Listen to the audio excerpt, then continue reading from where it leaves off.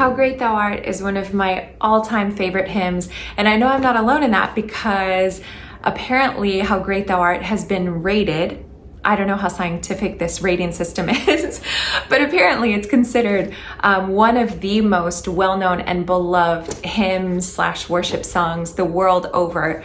And I believe it because it's such a great centering song.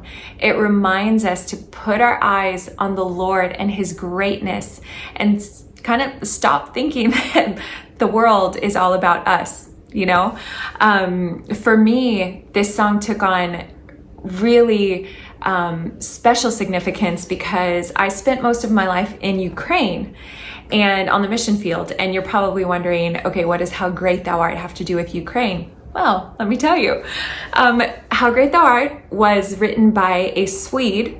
It was originally a Swedish hymn. Someone translated it into Russian. We still didn't even have an English version. And an English missionary to Ukraine heard How Great Thou Art in Russian for the first time and decided to write an English version of it. And that's where we get our English version, How Great Thou Art, which I just thought is such a cool picture. And it's so fitting that a song called How Great Thou Art was written in such an international way, showing us how big God really is, that this Christian Swede wrote a hymn that was translated into Russian. An Englishman heard it in Ukraine, wrote an English version that we now sing in America or wherever we are.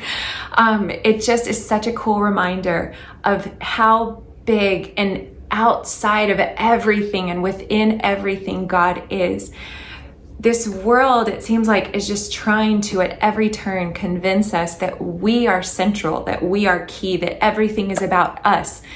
And I think that's where a lot of the chaos comes in to our lives and to our hearts and to our spirits, is because we're trying to make something that's so big fit into our little worlds, and it won't work, and things start feeling out of control and overwhelming. But when we sing lyrics like, "Oh Lord my God, when I in awesome wonder consider all the worlds thy hands have made, the stars," and we start to look at everything He's made and consider how big He is, suddenly we realize we don't have to hold on to all of this stuff we're holding on to. We can release it into His hands because His hands are capable. They hold us, they hold our little worlds, they hold all of the worlds around us. He's capable. I was reading this morning in Psalm 8 and 9, and a few verses in here are just such a good picture of how big He is and how trustworthy He is and worthy He is of our trust and our praise, and that we would live for His glory and not for our own. In Psalm 8 verse 3, it says, "When I observe your heavens, the work of your fingers, the moon and the stars which you set in place, what is a human being that you even remember us? A son of man that you look after us." Psalm 9 verse 1, "I will thank the Lord with all my heart. I will declare all your wondrous works. I will rejoice and boast about you. I will sing about your name, Most High."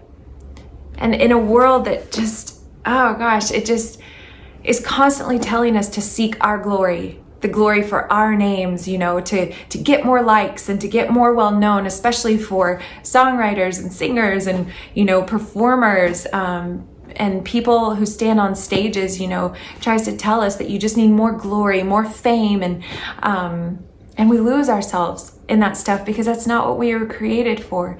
We were created by a great God who's writing a great story that we get to be a part of.